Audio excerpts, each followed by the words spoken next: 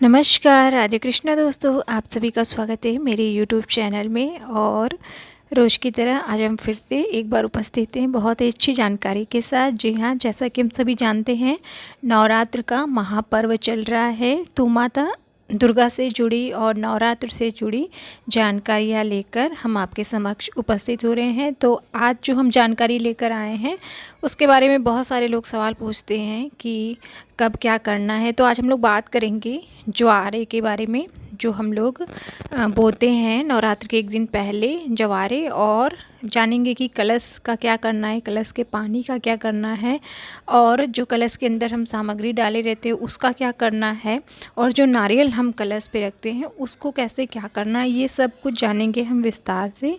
तो सबसे पहले आप लोग कमेंट बॉक्स में जय माता दी ज़रूर लिख दीजिएगा। और आइए वीडियो को शुरू करते हैं। इस बार चैत्र नवरात्रि का पर्व 9 अप्रैल से मंगलवार से शुरू हो चुका है, हम सब जानते ही हैं, और 17 अप्रैल को इसका समापन होगा। तो सभी को ये रहता है कि हम ज्वारे का क्या करें, कैसे विसर्जन करें, और क्या सही विधि है और क्या नियम है, तो ये इस बारे में बात करेंगे। चैत्र नवरात्रि के पहले दिन मिट्टी के एक बर्तन में ज्वारे बोए जाते हैं। नवरात्रि समाप्त होने पर अगले दिन यानी दशमी तिथि को इसका विधि विधान पूर्वक किसी नदी या तालाब में विसर्जन कर देते हैं। इस बार चैत्र नवरात्रि का समापन 17 अप्रैल को बुधवार के दिन होगा। इसके अगले दिन 18 अप्रैल गुरुवार को ज्वारे का विसर्जन हम करेंगे।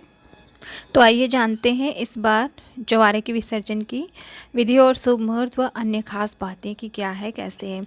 पंचांग के अनुसार चैत्र मास के शुक्ल पक्ष की दसवीं तिथि 17 अप्रैल बुधवार को दोपहर 3:14 से स्टार्ट हो जाएगी। 18 अप्रैल गुरुवार की शाम 5:31 तक रहेगी। चूँकि दसवीं तिथि का सूर्योदय 18 अप्रैल को होगा, इसलिए इसी दिन ज्वारे विसर्जन किए जाएंगे।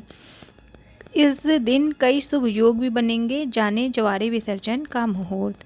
इसका मुहूर्त कई है, तो आप अगर सुबह कर रहे हैं तो 10:51 से लेकर दोपहर 12:26 तक आप विसर्जन कर सकते हैं। अगर आप दोपहर में कर रहे हैं 12 बजे से स्टार्ट है और 12:51 अभिजीत मुहूर्त रहेगा।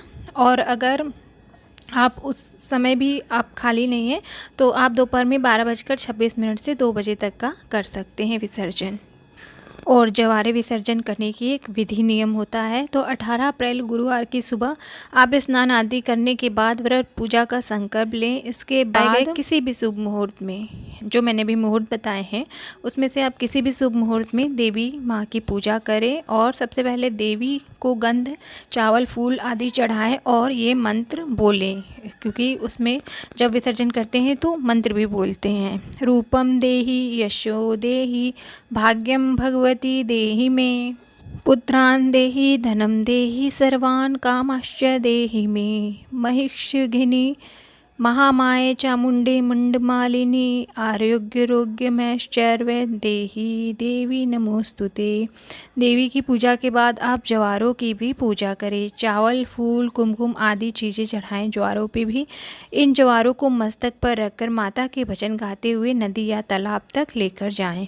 ज्वारों को विसर्जन करने से पहले हाथ में चावल व फूल लेकर ये मंत्र बोलें।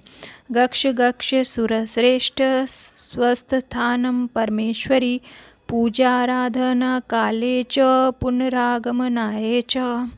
ज्वारे विसर्जन करने के बाद माता को प्रणाम करें और घर की सुख समृद्धि के लिए प्रार्थना करें। इस प्रकार ज्वारे विसर्जन करने से आपकी हर इच्छा पूर्ण होगी और आपको कोई पाप भी नहीं लगेगा कि आपने गलत विधि या गलत तरीके से ज्वारे को कहीं इधर उधर रख दिया है। अगर आपको ये मंत्र नहीं भी आते हैं तो आप सरल विधि से जब घर से प्रस्थान करें, ज्वारे लेकर जाएं तो ज्वारों की भी पूजा करें और मस्तक से लगा करके मस्तक पे रख के जाएं। नीचे हाथ में हिलाते डुलाते नहीं ले जाना है, बहुत ही सम्मान के साथ, श्रद्धा के साथ ज्वारों को लेकर जाना है। और जब आप जल में प्रवाह करें तो हाथ जोड़कर विनती करें और क्षमा याचना कर ले। तो इस सरल विधि से आप ज्वारे प्रवाहित कर दें, विसर्जन कर दें। अब आइए जानते हैं कि नारियल और कलश के पानी का क्या करना है। नवरात्रि के पहले दिन कलश स्थापना या घट स्थापना के साथ नवरात्रि की शुरुआत होती है। इस दौरान एक कलश के ऊपर नारियल रखकर कलश स्थापना या घट स्थापना करते हैं।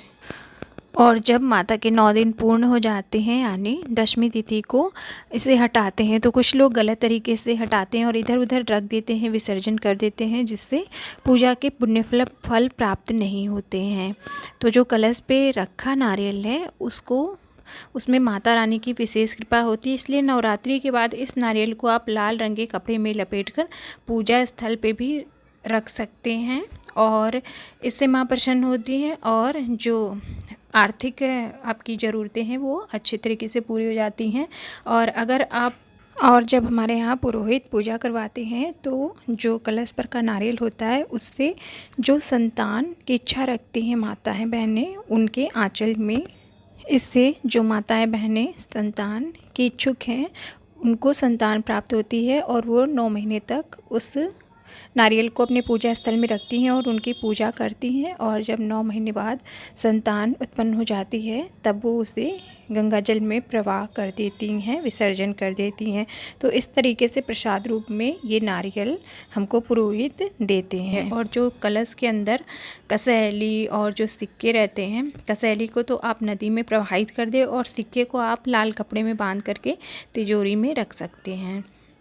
और जो कलश के नीचे चावल रखा होता है उसे आप या तो चाहे जल में बहा दें, जल में मछलियाँ इत्यादि खा लेती हैं, या तो आप पशु पक्षियों को डाल दें। बस ये ध्यान रखना है कि आपके किसी का भी पैर नहीं पड़ना चाहिए, क्योंकि वो प्रसाद रूप में होता है तो किसी का पैर नहीं पड़ना चाहिए। और जो आपका कलश में का जल है वो आप पूरे घर में छिड़काव करें, इससे घर में जो सकारात्मकता होती है वो बनी रहती है।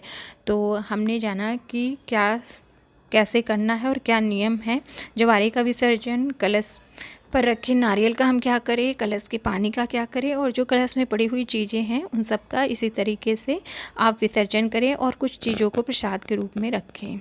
तो आई होप आपको जानकारी अच्छी लगी होगी।